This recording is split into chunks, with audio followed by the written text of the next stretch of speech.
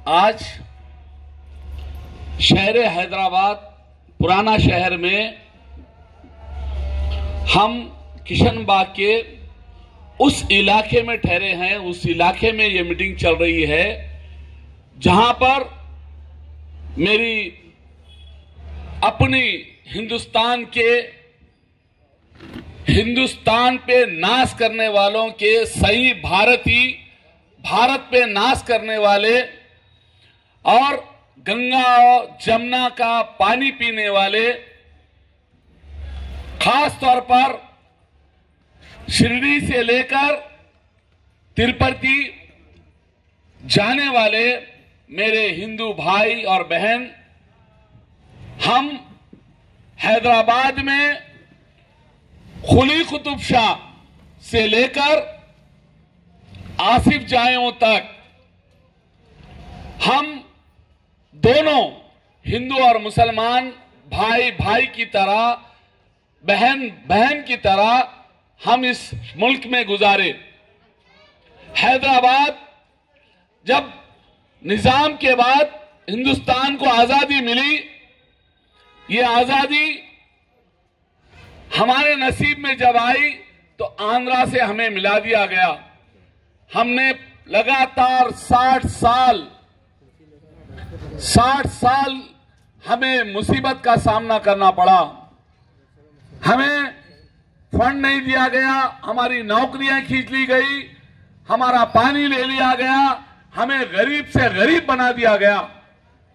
वैसे वक्त में एक शख्स हम में से अपनी कुर्सी की कुर्बानी देकर सामने आने वाली शख्सियत का नाम के चंद्रशेखर राव साहब। उन्होंने आकर कहा, मैं तेलंगाना को आजादी दिलाऊंगा, तेलंगाना की आवाम में खुशियां लाऊंगा, तेलंगाना को सुनहरा तेलंगाना बनाऊंगा।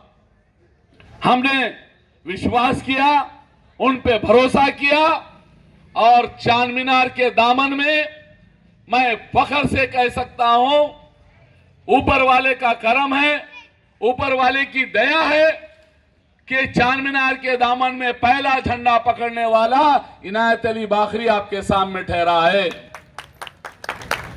अगर मैं पहला झंडा पकड़ के जय तेलंगाना, जय जय तेलंगाना का नारा चांद मीनार के दामन में मैंने दिया, पुराने शहर की जमात मुझ पे हल्ला कराई, मुझे मारा, मुझे तकलीफ देने की कोशिश की, मुझ पे कैसा किए, मैं डरा नहीं, हमेशा तेलंगाना के लिए लड़ता रहा। 14 साल बाद तेलंगाना हमें मिल गया। जब तेलंगाना मिला, हम यहाँ के हिंदू मुसलमान सारे के सारे खुशियां मनाए। और जब इलेक्शन आया तो आली जनाब के चंद्रशेखर राव साहब तेलंगाना राष्ट्र समिति टीआरएस को यहां पर हुकूमत मिली।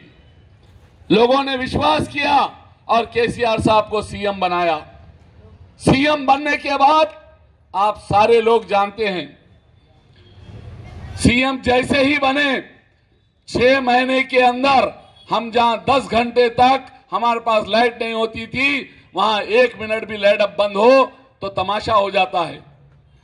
24 घंटे हमें करंट मिला, सिर्फ 6 महीने के अंदर का वाकया। हमें हर साल दुबकाले में औरतें घड़े लेकर बाहर निकलते थे, मगर अब कोई औरत, मेरी बहन बाहर निकलकर एहतजाज नहीं करती। आज हर चीज की सहूलत, हमारे बच्चों की पढ़ाई मिल रही है, हमारे बच्चे हॉस्टलों में पढ़ रहे हैं, हमें 1 रुपया किलो चावल जाकर आज कोरोना आने के बाद फ्री चावल मिल रहे हैं। आज हमारे बैंकों के अंदर पेंशन आ रही है। पहले लाइनों में ठहरा कर आंध्रा के वक्त में दिया जाता था, लोग मर जाते थे तो 200 से 250 रुपए दिए जाते थे, मगर आज बैंक के अंदर बाज़ाब्ता आता है। हमारी बच्ची की शादी होती है तो तेलंगाना राष्ट्र समिति केसीआर साहब बैंक के अंदर डायरेक्ट पैसे दिलाते हैं। ये तमाम सहूलतें सिर्फ और सिर्फ तेलंगाना रियासत की 6 साल की कारकर्दगी है। मैं चैलेंज करता हूं, आज पुराना शहर भी पुराना शहर इस वास्ते रह गया, यहाँ की तरक्की 50% और बाकी रह गई, क्योंकि यहां पर हम लोग नहीं है। यहां टीआरएस का आपका कारपोरेटर नहीं है, यहां पर आपका एमएलए नहीं है, हमारा एमपी यहां पर नहीं है, उसके बावजूद ये तरक्की मिली हमें। अगर हमारा यहां कारपोरेटर होगा, टीआरएस का यहां कारपोरेटर होगा, टीआरएस का एमएलए होगा, टीआरएस का एमपी होगा, तो यकीन जानिए पुराने शहर को हाईटेक सिटी बनने से कोई नहीं रोक सकता।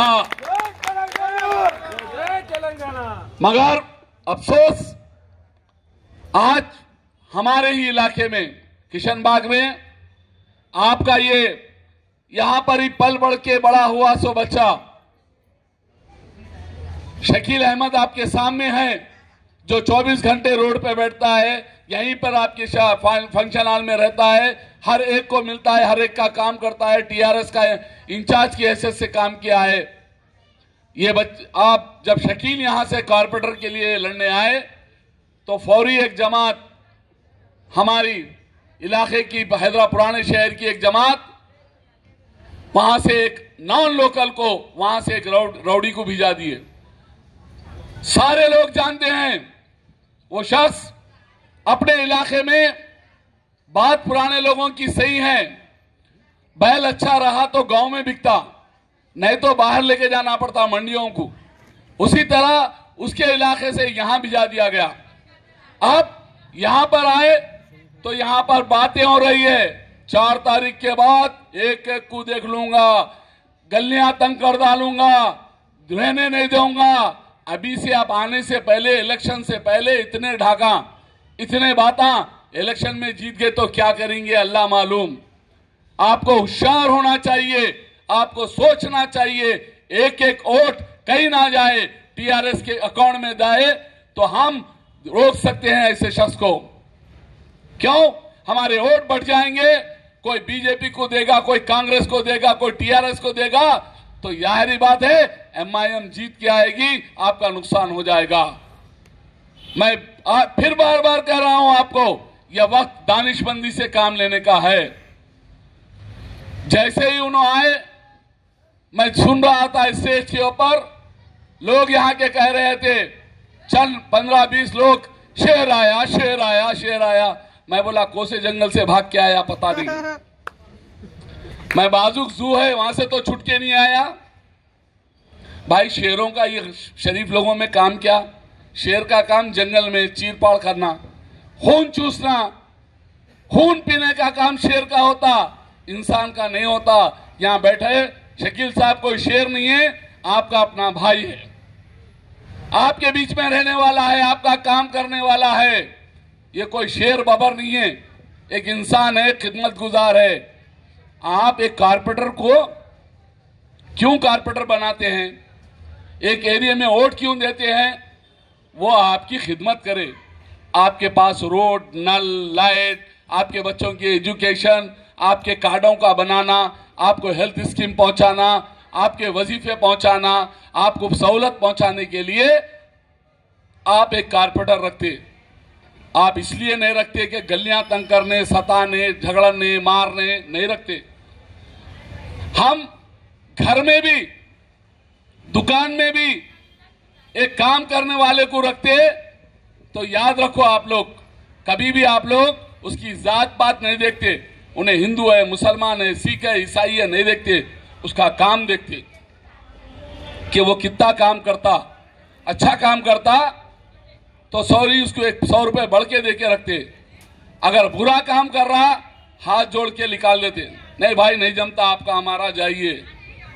अफसोस ये है हम लोग यहां पर कहीं भी जात पात पहले देख लेते, काम करने को रखे एक शख्स को, नहीं तो घर में रखे सो नौकर को भी महीना 600 रुपए तनख्वाह देकर, महीना 600 रुपए तनख्वाह देके बोल देना कि भाई 1000-2000 रुपए आके तनख्वाह ले जाओ, काम वाम मत करो, सुबह में आओ नाश्ता करके जाओ। क्यों? घर के नौकर के लिए अलग कानून, दुकान के लिए अलग कानून, और इलाके की खिदमत करने के लिए एक आदमी को जो रखते हैं उसके लिए अलग कानून। अगर जात पात देखना है मजहब देखना है तो याद रखो आप लोग अपने काम नहीं करा सकते। आप लोग कारपोरेटर जो इलाके का काउंसलर होता वो आपका खिदमत गुजार होता। अस्सलाम वालेकुम रहमतुल्लाहि वबरकातुहू। मेरे मुसलमान भाइयों को सलाम और मेरे हिंदू भाइयों के लिए नमस्ते। जैसा कि आप सब जानते हैं, आज यहाँ पर हम जलसा रखने का मकसद ये है कि यहाँ पर जो हमारे हिंदू भाई वोटर हैं उनसे गुजारिश करना है हमें, क्योंकि लास्ट इलेक्शन में मैं यहाँ से टीआरएस पार्टी का कैंडिडेट था